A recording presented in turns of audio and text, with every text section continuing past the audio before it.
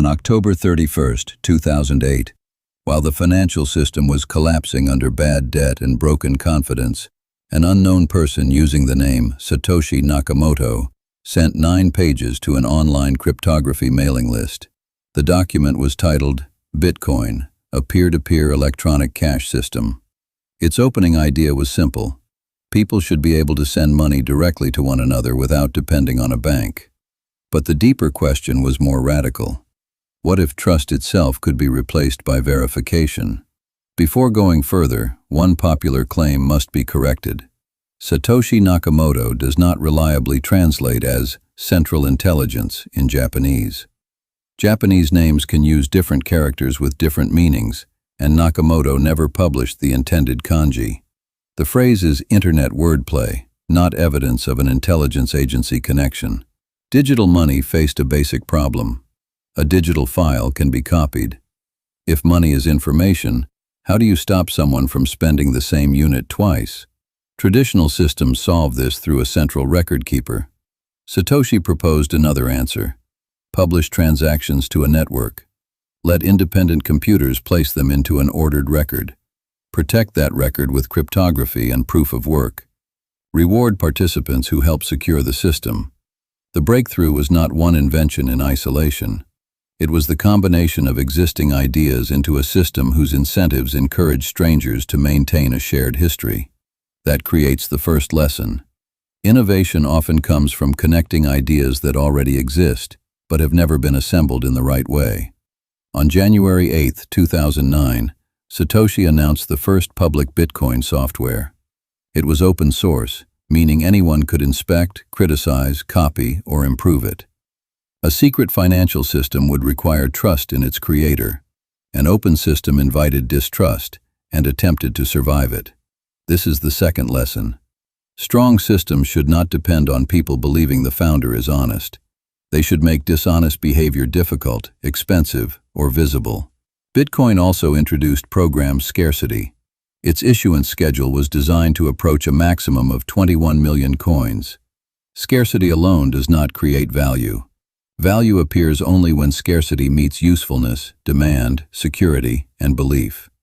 Supporters see an asset that cannot be created at the discretion of a central authority. Critics see volatility, speculation, energy use, criminal misuse, and a price driven partly by collective emotion. Both sides reveal the third lesson. A technology should be judged not only by its design, but by the behavior it produces at scale. Then Satoshi did something unusual. After guiding the project through its early years, the creator withdrew. No verified public appearance followed. No central office took command. The network continued without its founder. This absence became part of Bitcoin's power. Had Satoshi remained visible, every statement could have moved markets, divided developers, or turned Bitcoin into the project of one personality. By disappearing, Satoshi removed the easiest authority for followers to obey. But mystery attracts mythology. People projected politics, hopes, fears, and conspiracy theories onto a person who could no longer correct them. The fourth lesson is about leadership. Sometimes the strongest founder is the one who builds a system capable of surviving without the founder.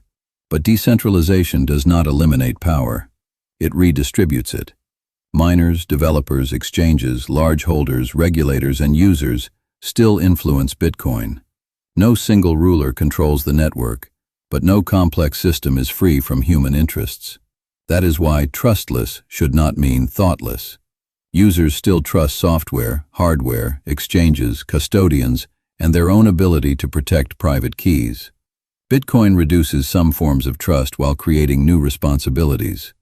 The final lesson is larger than money. Satoshi challenged a familiar habit. When coordination becomes difficult, create a central authority and ask everyone to trust it. Bitcoin asked whether rules, transparency, incentives, and voluntary participation could coordinate people instead. That experiment is still unfinished. Satoshi may have been one person or several. The name may hide a programmer, an economist, a cryptographer, or someone history has never suspected. But the identity is not the most important mystery.